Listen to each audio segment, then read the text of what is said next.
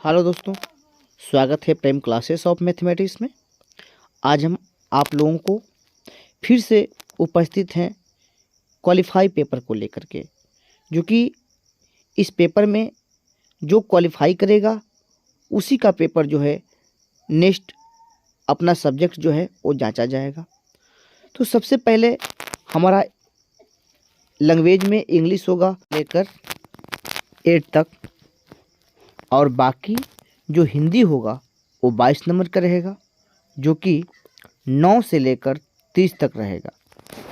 पर जो है क्वालिफाई पेपर है, इसमें पास होना जरूरी है। ठीक है।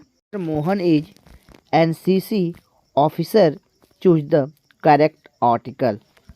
इसमें जो रिक्त स्थान है उनको भरना है, जो कि इसमें ऑप्शन नंबर सी हो जाएगा। एनसीसी हो जाएगा। ठीक है, और इसका ऑप्शन नंबर सी आपका राइट आंसर होगा। ठीक है। अगर वीडियो अच्छा लगेगा, वीडियो को लाइक शेयर कमेंट जरूर कर दीजिएगा, ताकि वीडियो को बनाने में बहुत मेहनत लगता है। आपको मेहनत से हम बनाते हैं ताकि आपके बीच में जाए और इस पेपर को दे करके आप क्वालिफाई हो जाएं। आते हैं नेक्स्ट क्वेश्चन पे। हमारा अगला क्वेश्चन है कि I don't live in the house dash my father. लिखा है कि I don't live in the house dash my father, choose the correct preposition. इसमें बोल रहा है कि आपका जो है कि I don't live in the house dash my father, choose the correct preposition. इसमें कह रहा है कि जो प्रीपोजिशन है वो इसमें कौन सा होगा, इन होगा, एट होगा, ऑफ होगा, इनटू होगा। तो इसमें कह रहा है कि I don't live in the house, तो यहाँ ऑप्शन नंबर सी हो जाएगा, ऑफ माई फादर होगा। ठीक है, ऑप्शन नंबर सी आपका राइट आंसर हो जाएगा। अगला क्वेश्चन की तरफ हम देखेंगे। अगला क्वेश्चन हमारा है कि the water of these rise dash दैटी और चूज द सुटेबल वर्ब। इसमें जो क्रिया है वो क्या होगी, क्रिया। तो ये बोल रहा है कि द वाटर ऑफ दीज, और इसके बाद बोल रहा है कि रिवर्स, यानी तो डैश जहाँ दिया है वहाँ क्या है, तो ये वाटर की बात कर रहा है। तो यहाँ पे ऑप्शन नंबर आपका ए हो जाएगा, इज डॉटी हो जाएगा। ठीक है, ऑप्शन नंबर ए आपका राइट आंसर। अगले क्वेश्चन की तरफ हम बढ़ते हैं। हमारा अगला क्वेश्चन है, थोड़ा बड़ा कर लेते हैं इसको। ठीक है, आप लोग को दिखाई देता होगा, थोड़ा बड़ा कर दिए इसको। देखिए क्वेश्चन बोल रहा है कि I and he are friends, choose the correct sentence. इसमें जो सेंटेंस को सुटेबल करना, अच्छा करना है, करेक्ट करना है। ठीक है, तो ये बोल रहा है, पहला ऑप्शन है कि both are friends, he and I is friend, यानी सुटेबल सेंटेंस है कि नहीं। तो यहाँ बोल रहा है कि ही एंड एम फ्रेंड्स, और डी कह रहा है कि he and I are friends. देखिए, तो यहाँ जो है सुटेबल होगा he and I are friends, यानी ऑप्शन नंबर जो है आपका डी हो जाएगा right answer. Option number D आपका राइट आंसर। अगले क्वेश्चन की तरफ हम बढ़ते हैं। क्वेश्चन है कि attain choose the synonyms of this word. कह रहा है कि attain choose the synonyms of this word. ठीक है, आप लोग को समझ में आ जाएगा, क्योंकि जो लिखा गया है कि attain choose the synonyms of this word. तो जो अटेन है, देखिए जो ये बोल रहा है कि अटेन, क्या बोल रहा है, अटेन, यानी इसको हो जाएगा विन, गैन, अचीव। तो इसमें तीनों है। ठीक है, तो यहाँ लिखा जाएगा all of these above, all of these above हो जाएगा। ठीक है, आपका राइट आंसर हो जाएगा। आते हैं अगले क्वेश्चन पे। हमारा अगला क्वेश्चन है कि bring of what is Hindi meaning of these पर्जल verb. अब देखिए बहुत अच्छा क्वेश्चन है। ये बोल रहा है कि bring of what is Hindi meaning of these पर्जल verb. इसमें जो है पर्जल वर्ब कौन सा है? बाहर आना, पालकर बड़ा करना, ये क्या है? ये कौन सा वर्ब हो जाएगा? पर्जल वर्ब। आते हैं अगले क्वेश्चन पे। हमारा नेक्स्ट क्वेश्चन है, अगला क्वेश्चन हमारा है, बहुत इंपॉर्टेंट क्वेश्चन है जो कि परीक्षाओं में बार बार आता है। ठीक है, अगर वीडियो अच्छा लगेगा तो लाइक शेयर कमेंट जरूर कर दीजिएगा और अपने मित्रों के पास शेयर भी कर दीजिएगा। ठीक है, तो हम आते हैं क्वेश्चन पे। हमारा क्वेश्चन है कि the science of vegetable life choose on word for this sentence. अब देखिए यहाँ बोल रहा है कि choose on word of these for this sentence बोल रहा है। ठीक है, तो यहाँ पर जूलॉजी बोल रहा है, वेजिटेबली बोल रहा है, बॉटनी बोल रहा है और ब्रिटल बोल रहा है।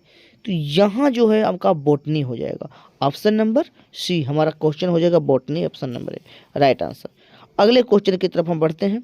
राम हैड नॉट, देखिए question, Ram had not killed Raman, choose the right tense of this sentence.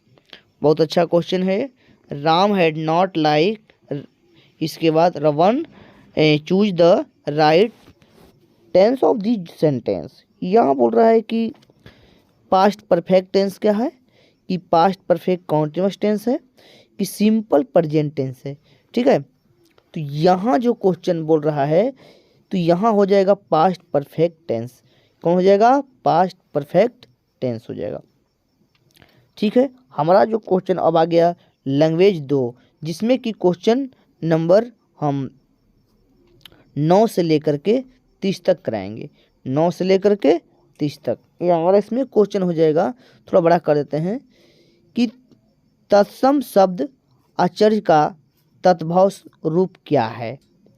ठीक है, तत्सम शब्द का आश्चर्य का तत्भव रूप क्या है? आश्चर्य है, काल्पनिक है, ठीक है, कि अंशभित है, कि अचरज है। अब देखिए इसमें कौन सा है जो कि हमारा तत्सम शब्द का आश्चर्य शब्द तत्भव रूप क्या है, यही क्वेश्चन हमारा बोल रहा है। तो अचरज हो जाएगा, ऑप्शन नंबर डी हमारा।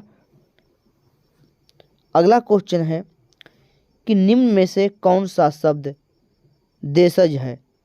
ठीक है, तो यहाँ जो है कार्ड है, गोड़ है, ऊंट है और उल्लू है। अब देखिए ये भी क्वेश्चन जो है अगले बार बीपीएससी 7 फेज में एक क्वेश्चन को पूछा गया था।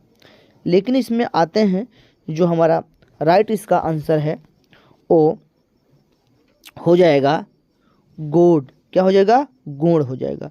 ठीक है, राइट आंसर गोड़, जो ऑप्शन नंबर बी। अगला क्वेश्चन हमारा है कि निम्न में से, थोड़ा बड़ा कर लेते हैं, हमारा है कि निम्न में से कौन सा प्रश्नवाचक सर्वनाम का उदाहरण है। बहुत अच्छा क्वेश्चन है कि निम्न में से कौन सा प्रश्नवाचक सर्वनाम का उदाहरण है। बी हो जाएगा ऑप्शन कौन, राइट आंसर। अगले क्वेश्चन की तरफ बढ़ते हैं। लिखा है कि लड़का लंबा है, इस वाक्य में विशेष्य शब्द कौन है। लड़का लंबा, लड़का क्या है? लंबा है। तो यहाँ जो है लड़का लंबा है सभी सत्य लिखा है, लेकिन लंबा नहीं।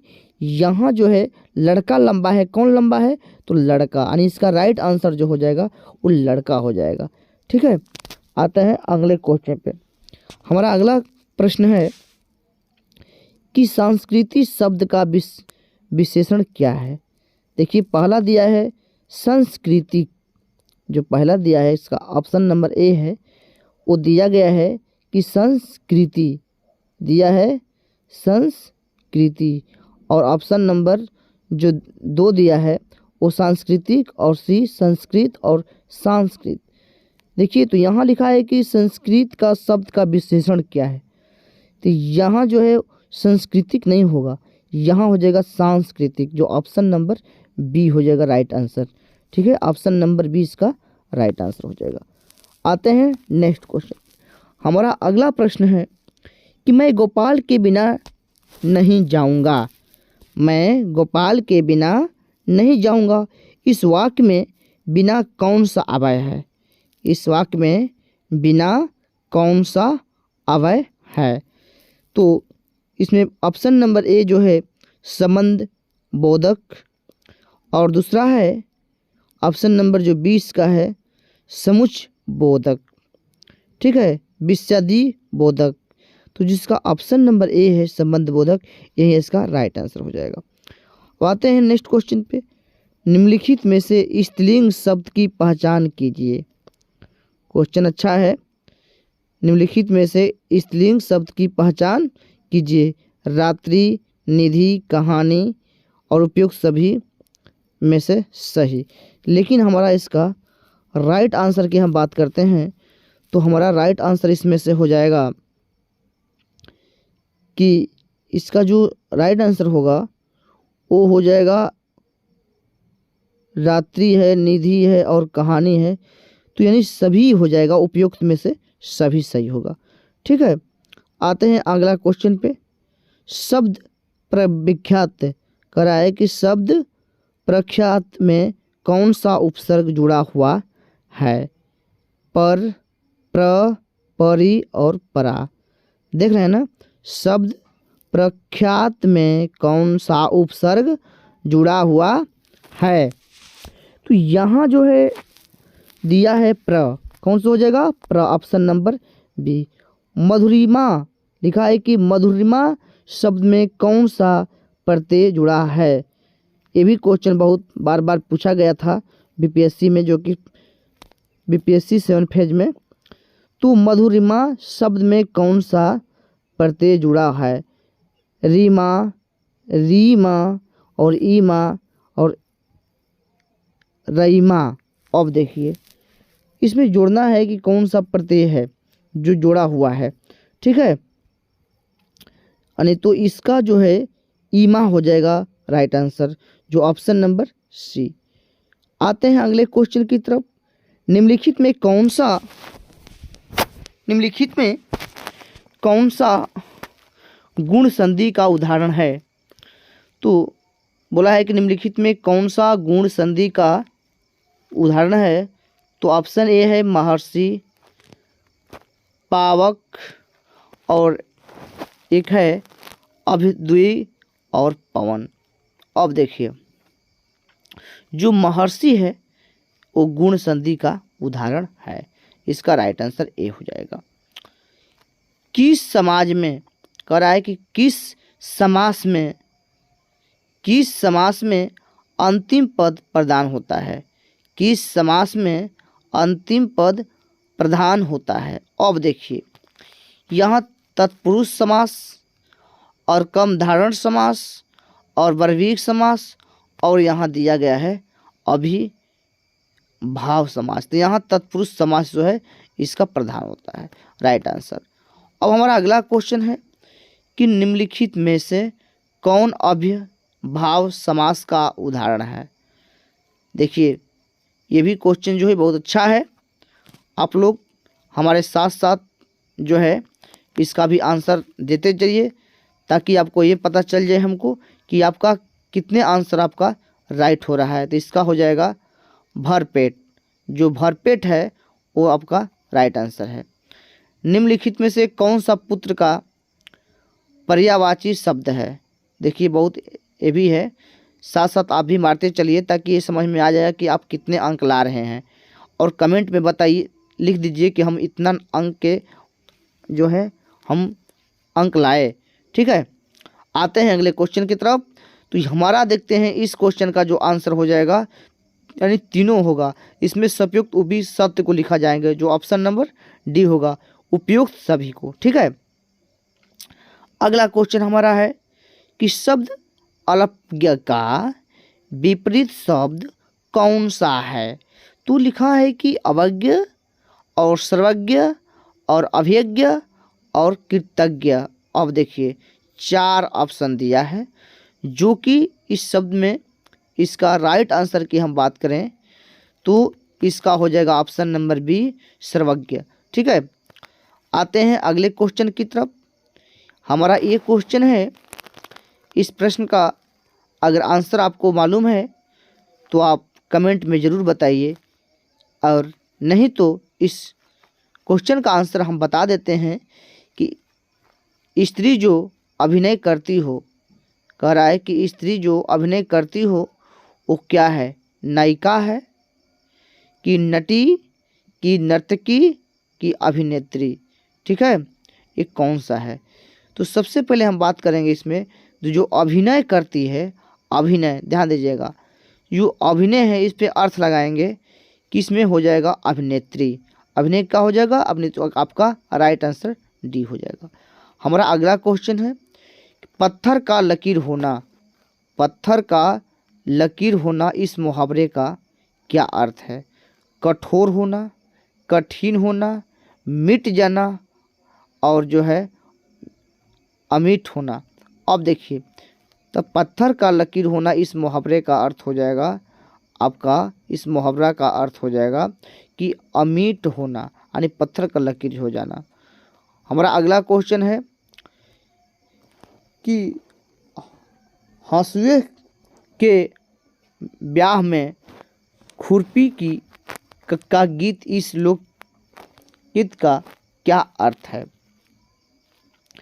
कह रहा है कि हंसुए के ब्याह में और खुरपी का जो खुरपी है उसका गीत इस लोकोगीत का क्या अर्थ रहा है? ठीक है, जो इसका है बाजा बजाना, खुशी का मौसम, असंगत बातें करना, शादी का गीत, यानी असंगत बातें करना, जो ऑप्शन नंबर सी आपका राइट आंसर हो जाएगा। अगला क्वेश्चन हमारा है कि निम्नलिखित में से कौन रस का अवयव नहीं है? निम्नलिखित में से कौन रस का अवयव नहीं है? तो हम सबसे पहले इसका देख लेंगे एक बार और क्वेश्चन को कि निम्नलिखित में से कौन सा रस का अवयव नहीं है। तो आते हैं, हम क्वेश्चन देखेंगे। अस्थाई जो दिया है और अनुभाव दिया है और संचारी भाव दिया है। ठीक है, तो सबसे पहले इसका हम पूछ रहा है कि अवयव नहीं होना चाहिए, यानी का अर्थ इसका क्या होगा? अस्थाई हो जाएगा, जो ऑप्शन नंबर ए होगा, अस्थाई भाव। ठीक है, अस्थाई भाव इसका option number A right answer. Kurukshetra निम्नलिखित में किनकी रचना है? वाह, बहुत अच्छा क्वेश्चन है। कुरुक्षेत्र निम्नलिखित में से किनकी रचना है? हमारा ऑप्शन नंबर जो ए है, रामधारी सिंह दिनकर, रामधारी सिंह दिनकर है, जो कि हमारा इस क्वेश्चन का राइट आंसर है। अगले क्वेश्चन की तरफ हम आते हैं। भाषा के आधार पर देखिए, भाषा के आधार पर सर्वप्रथम किस राज्य का गठन हुआ? कह रहा है कि भाषा के आधार पर सर्वप्रथम किस राज्य का गठन हुआ? पंजाब, जम्मू कश्मीर, तो यहाँ हो जाएगा आपका आंध्र प्रदेश, जो ऑप्शन नंबर डी। अगले क्वेश्चन की तरफ हम बढ़ते हैं। लिखा गया है कि लिखित भाषा की आधारभूत इकाई क्या है? लिखित भाषा की आधारभूत इकाई क्या है? वर्ण, ध्वनि, वाक्य और शब्द दिया है। तो इसमें हमारा जो है निम्नलिखित भाषा की आधारभूत इकाई क्या है? इसका हो जाएगा वर्ण। ठीक है, जो ऑप्शन नंबर ए। हमारा लास्ट क्वेश्चन है, हमारा लास्ट क्वेश्चन है कि वर्ण उ का उच्चारण स्थान। कह रहा है कि वर्ण उ का उच्चारण स्थान इसमें से कौन है? कंठ है, तालु, ओठ और दत्त। अब ध्यान दीजिएगा, ये हमारा लास्ट क्वेश्चन है जिसका जवाब हो जाएगा ओठ, ऑप्शन नंबर सी। अगर ये वीडियो आपको अच्छा लगेगा तो वीडियो को लाइक शेयर कमेंट जरूर कर दीजिएगा, और ये जो क्वालिफाई वाला पेपर है इसको अवश्य पढ़िएगा ताकि ये पेपर आपका अच्छा जाए। धन्यवाद।